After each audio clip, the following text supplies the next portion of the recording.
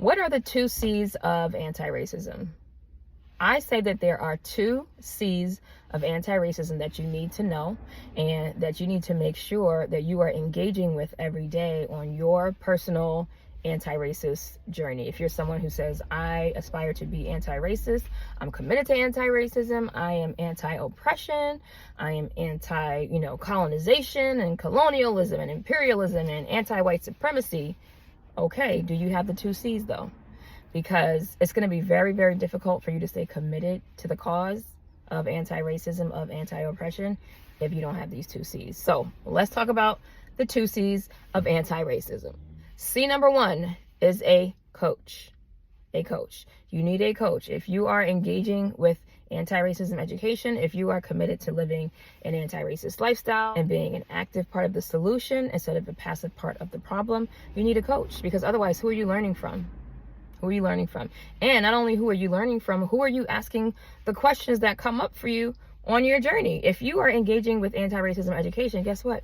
You're going to have lots of questions because you are going through a process of unlearning and relearning, right? Unlearning the lies and the indoctrination and the propaganda and the white supremacist ideologies that you've been taught, and now relearning what you should have been taught in the first place, right? Which is the truth about white supremacy culture, the facts about our history, right? And engaging with this education on a level that's going to cause you to really reflect and contemplate and question and deconstruct.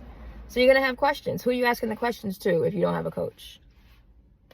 Nobody, right? Even if you're reading anti-racism education books, which you should be doing, which is a beautiful thing, you're going to ask the book a question?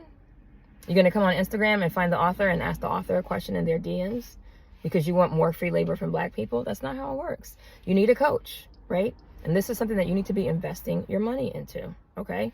Period. Black people are not here to provide everyone with free labor anymore. We're not doing that anymore, okay? So you need a coach, number 1. Number 2, you need a community. Where's the community? Remember, white supremacy culture, it's a group dynamic. Now, although individualism is a characteristic of white supremacy culture and anti-Black racism and systemic racism, they're all group dynamics. They need the group to have group think. They need the group to participate, whether actively or passively, right? You're still participating. If you're not doing anything according to you, you're still participating. Not doing anything is doing something. You're allowing things to happen. You're perpetuating it. You're supporting it through your silence, through your inactivity, right? You're not fighting against it. So then that must mean that you're supporting white supremacy culture and anti-Black racism and systemic racism, right? So you need to be in a community to go through this process of deconstructing, of unlearning, of relearning, right? And then staying accountable, because it's so easy to just not be accountable.